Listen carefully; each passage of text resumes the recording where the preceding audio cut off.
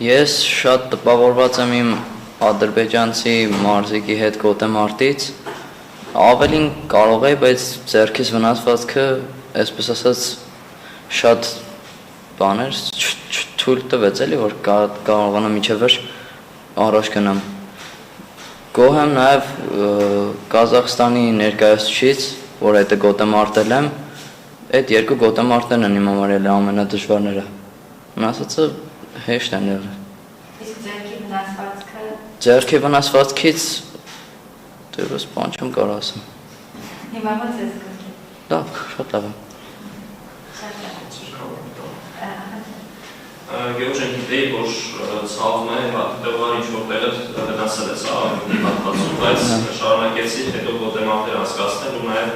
բրոնզեի եզրափակիչում հաջողվեցի մի փոքր խոսես քո կամային որակների մասին, որքանով էի հաղթարում այդ ցավը եւ այն, որ առաջին գոտեմարտում պարտվել էր եւ կարողացար վերադառնալու բրոնզե մեդալը։ Ես որ պարտվեցի, իմ սրտի խորքում շատ ուժեղ ցավ զգացի, հետո հասկացա, որ կարամ բրոնզե մեդալ վաստակեմ ու գնացի մինչև վերջ։ Ձեռքից ցավին այդ ժամանակ էլ չեմ նայել։ Միանգամից ուզեցել եմ, այսպես իմ լեզվով ասեմ, ուզեցել եմ կպնեմ իմ գործին, որ բրոնզե մեդալ վաստակեմ։